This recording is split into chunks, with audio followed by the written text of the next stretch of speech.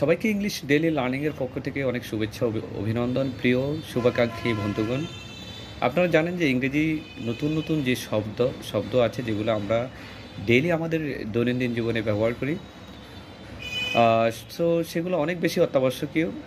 আমি চেষ্টা করি যে অন্তত ডেইলি যদি আপনারা কিছু আনকমন শব্দ শিখতে পারেন তাহলে সেটা আমাদের সবার জন্য উপকার হয়। এখানে দেখতে পাচ্ছি চিমনি। চিমনি মানে হলো ধোঁয়াফত। ধোঁয়াফত বলতে বোঝায় যে আমরা সাধারণত বাসা বাড়িতে যে ধরনের ধোঁয়া বা নিষ্কাশন করি, ইটের ভাটা বলতে পারেন বা ফাঁক, আমাদের ফাঁকঘর থেকে যে ধোঁয়াগুলো বাইর হয় সেগুলোকে নর্মালি বলা হয় চিমনি বা ধোঁয়াফত।